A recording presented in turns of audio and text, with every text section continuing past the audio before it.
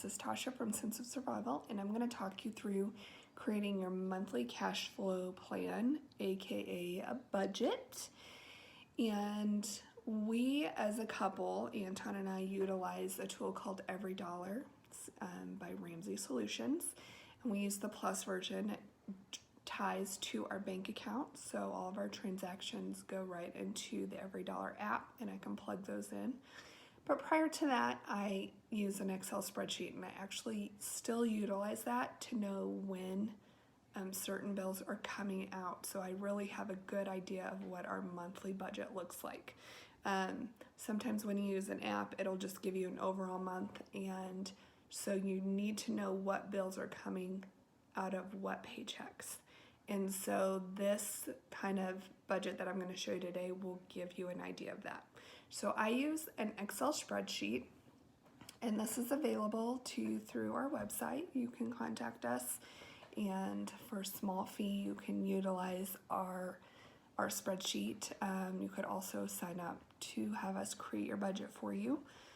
So that's just a side note, but this is the tool I'll utilize to do that. So what we'll do is make a list of all your bills and what due dates you have. So if you look at this pretend couple gets paid, has 2 income earners in the house, and gets paid 3 times a month. So one person gets paid on April 1st and April 15th, and the other person gets paid on the first Friday of the month. So in this case of April, it would be April 3rd. So the April 1st paycheck is going to get paid $1,250. The April 3rd paycheck is going to be paid $2,600. And all right, so if you're an hourly employee, you should be able to know about how many hours you're going to work and what you're going to get paid. So you can kind of guesstimate. That's why I have a budget category and an actual category. Anyway, so if you're an hourly employee, you can kind of get an idea of what your paycheck will be and then plug that in. When you go back to reconcile your budget, you can fill in the actual category. So then you can look back at that in future months and to see, kind of what your budget looks like.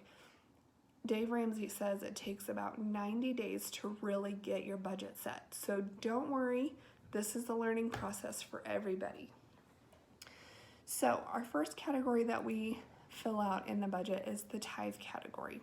This is important. We believe that you should give 10% off your first fruits. We personally tithe on our gross. We would like to err on the side of caution, or err on the side of giving the most we can. And so for this paycheck, I'm going to do the net because that's what I have on here. But you could look at your paycheck and see what you get paid before taxes and insurance get taken out to know what your gross is. I don't have that information in this point. So in this budget, we are tithing off the net. That's the take-home pay. All right. The offering category would be if you were to give something above and beyond your budget. So if your church is taking a special offering, if you're going to a benefit for a school or anything like that, then that's the category that you would want to plug that number into. All right, next we're going to grocery. We are going to budget $100 a week for this couple. Now, they're going to have to pull out that much money in each of those paychecks, but that doesn't mean they spend it all at once. You need to plan when it's coming out of a paycheck, but then you also need to plan as to when you're going to spend it. So if you look at this budget, they have $300 of their $400 grocery budget in their hands in the first week. So they as a couple are going to have to be disciplined to only spend $100 a week. So if $100 a week isn't enough for you, then look back at your last 2 to 3 months bank statements and see what you've spent on groceries to get a good idea of what you need to spend. Okay, this is a couple with 2 adults and a dog. The next line item is a puppy. I'm not going to plug in anything into that category, But if you had a dog, you would want to plan for grooming, vet bills, different things like that. Again, look at your last few months. If you have spent money on your dog or cat or whatever pet you have, then you need to plug that into your budget. Otherwise, it could become a surprise and then you'll have to find money for it. So that's why we have it on here, just so you can plan ahead. Next one is rent. So we're gonna plug that number in. Now, I call it rent. It could be your mortgage. In our plan, or in Dave Ramsey's plan, your mortgage payoff doesn't come until baby step 6. And so until then, it's part of your monthly payments. You do not put that in your debt snowball. Okay, electricity. I'm gonna have that come out of here.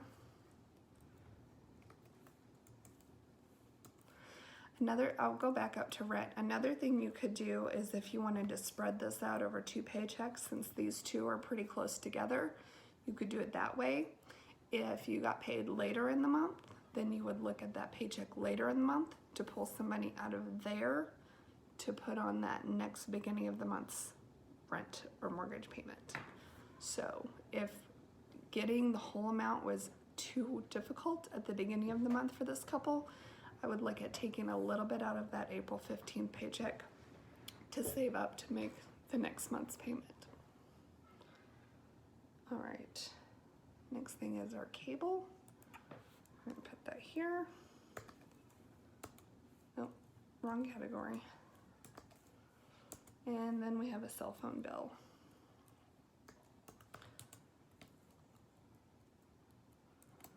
All right, personal money. We're gonna give this couple $60. I'm gonna spread this out just because sometimes personal money, you need a little help budgeting that. And actually, now that I put that in, I'm gonna move those over because this paycheck's a little heavier. So we will take a little more out of that. If at any time you're doing the spreadsheet, you need to kind of see where you're at, you can always scroll to the bottom and you'll see this. So in this first line, we have the total expenses. In this next line, we have what the budgeted income is. And then we have our variance. So you can see with my expenses on this first month here, you can see the expenses currently that I have plugged in are $975, and our income is $1,250, and right now I have $275 left to budget for this check. And I could go look over here and see that I have $1,113 left in this check, and then I have $715 left in that check. So you can kind of have an ongoing reference of where you're at. Okay, let's scroll back up here. Entertainment. I like to keep a separate entertainment category just for a reality check. What are you really spending on Netflix, Hulu, Amazon Prime, Disney Plus? What's the reality of that number? Because sometimes, it's just a monthly payment and you don't realize how much and how many of those you're signed up for.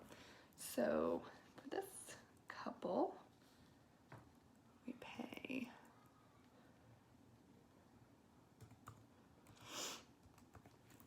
Spotify. So we pay $85.27 a month on entertainment. Okay, and that's another thing I want to point out. You can look at this budget line item and it will total your whole amount for that category for the month over there. Okay, clothing. This is can be an important category. We're going to give them $50 a month in clothes. We're also going to plan for $50 a month for gifts.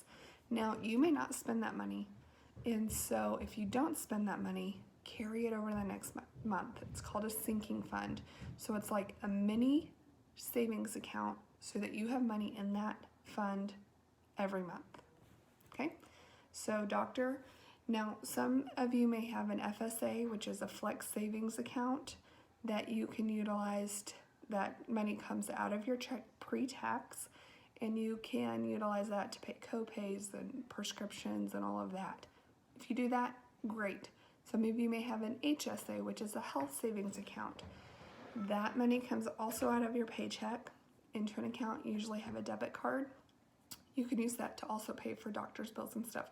So that's not money that you're going to see come into your bank account. If you do not have either of those options and you have co-pays or pharmacy visits that you have to pay for, then you need to plan for that in your budget. And so that's where I will put it in this doctor category. And I'm going to put $75 a month there.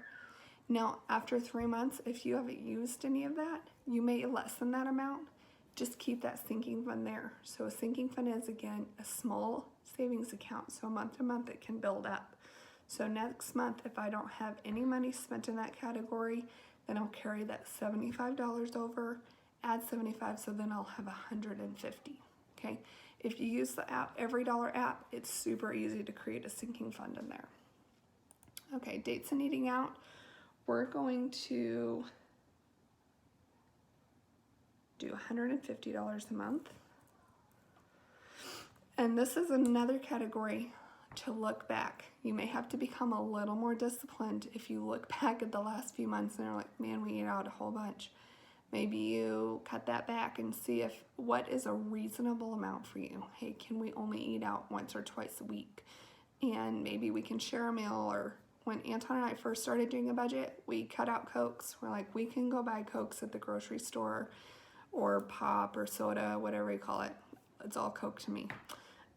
If you buy Cokes at the grocery store, then when you go eat out, you have water. That can save you about $5 off your bill if you're both not getting a Coke, even more in some places. Also, maybe you don't go to as many restaurants where you're being served. Maybe you go to more pick up at the counter restaurants. That avoids some tips. So you can change how you do that. Maybe use more coupons. This is just while you're getting your budget established. It takes about 90 days to do this. Once you get established, then you're gonna be good. All right, gasoline. We're gonna plan for $100 a month for gasoline. We're going to plan for $40 a month for auto maintenance. This is another category that can easily become a sinking fund so that when you have an issue with one of your vehicles, you'll already have a small savings account. It won't be as big as a hit for you. I'm not going to put any tolls on here, but if you live somewhere where you have toll roads, that's a good category. All right, we have student loans. So let's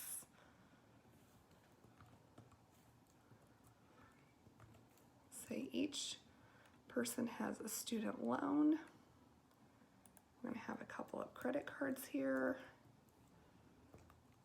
Now, these are the ones that you're going to want to, after this is over, if you haven't already started your debt snowball, you're going to want to list all the debts that are in this category, smallest to largest, so you can start that debt snowball and start paying those off. You pay off the smallest one first, and then move that payment amount, once that's paid off, to the next one. So that payment gets a little larger, and the next one, so you have a snowball that starts little and gets bigger and bigger and bigger. For your biggest debt, so you're making the biggest snowball payments. This emergency fund, if you do not have this emergency fund right here, we're going to go back and backfill that once we know what our difference is at the end of the month. All right, life insurance, we encourage you to get if you don't have it, especially if you have kids. So we're going to put some in there, assuming you're young. If you're not young, that amount may be a little more. Auto insurance, another great location for a sinking fund. We pay ours 6 months at a time.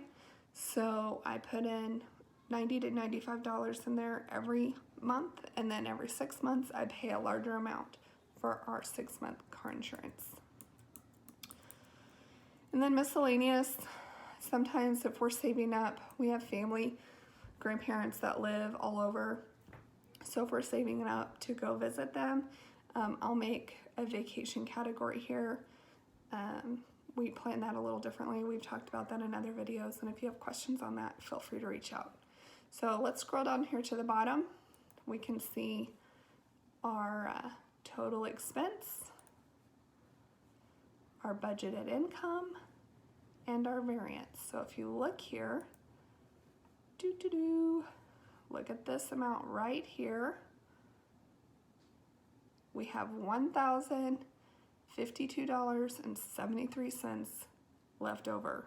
So if you don't have it, if this were your budget and you didn't have a baby emergency fund of $1,000, then there it is.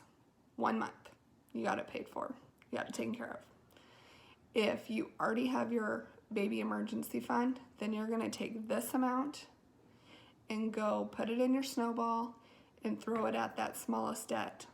See, this is how so many people, when they get their budget all together, have a plan, they're like, man, I feel like I got a raise, because you're telling your money where it's gonna go. It's not telling you anymore where it's going. So pay off that debt, get an emergency fund. If you don't have life insurance, get that. You can stay in this budget. It's all possible. If you have any questions, please reach out. We'd be glad to help you. Have a great day.